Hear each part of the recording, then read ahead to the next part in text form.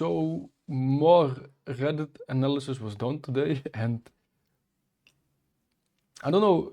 I've been speaking about the methylation cycle a lot. You might know about the methylation cycle, where you recycle homocysteine into a currency the body uses called SAMe, which is fueled, which is a fuel for the methylation system. And the methylation system can do a whole bunch of things. When it's running well, you will feel good. You will feel energetic. You will feel confident. You will feel like your brain is working in the way it's supposed to be. When it's not working properly, you will feel the opposite. But methylation dysfunction, depending on the genes, is often interconnected, right? So the problem with a subreddit that only focuses on methylation is the fact that only supporting methylation or supporting it in a manner that is not appropriate will inevitably backfire. It will. There's no and that's what I'm seeing. And the interesting thing, let's talk about B vitamins. So there's two forms of B vitamins. You've got on one side, you've got the methylated form of a B vitamin. So you could see it as an activated form of a B vitamin that you take in, and it has a much more pronounced effect for stimulation of the methylation cycle.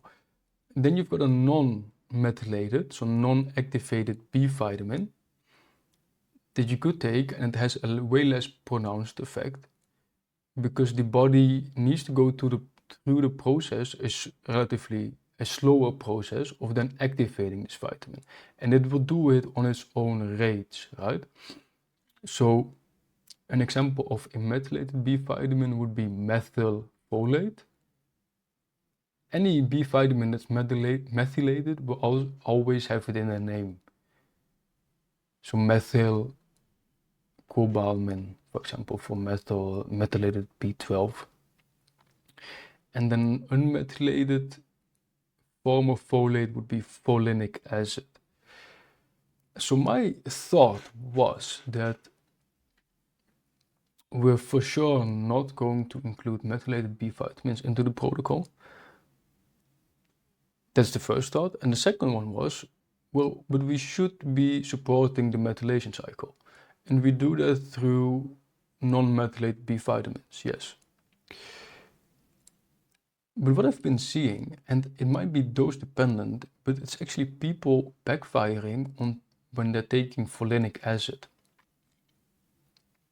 And I've got a couple of theories why this might be, is what I've been thinking about, right? So it could of course be the dose. They were taking relatively high doses of 800 micrograms, it isn't an absolutely crazy dose. It's still within the RDA, but for a system that has been inflamed for a long time, for a body that is not working properly, that might not be strong enough to handle such a dose, yes, something like this will backfire when you're not used to it. Second of all, the question would be, what is the methylation, what is being activated that first gives you a sense of relief, but then later turns into a feeling, it's basically a paradoxical reaction. So at first you feel good, then you feel like shit, which is an interesting sign. And the question will always be, why did this happen? And my opinion of subreddits like MTHFR that focus solely on the methylation cycle, which is still extremely interesting and the people are doing good work, right? I think each one of these subreddits is focusing too much on the single thing the subreddit focuses on, which is logical, of course, but the body is then seen as a single, like, for example, the MTHFR subreddit will focus on the methylation cycle to fix your health, basically. to fix the person's health. But the body is not the methylation cycle.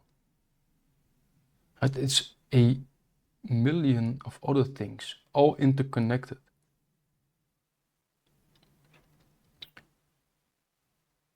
Then you get to the, I must say, the mast cell activation subreddit, MCAS, is actually they're all quite far in their own way of looking at things.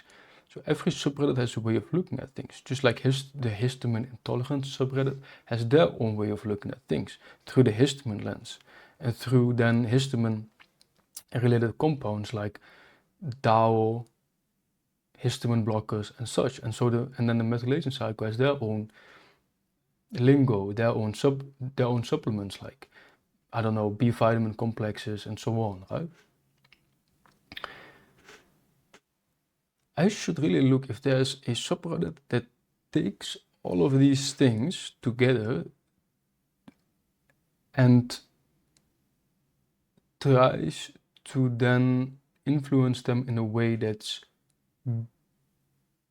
proper for those person's complaints. Because that would be interesting.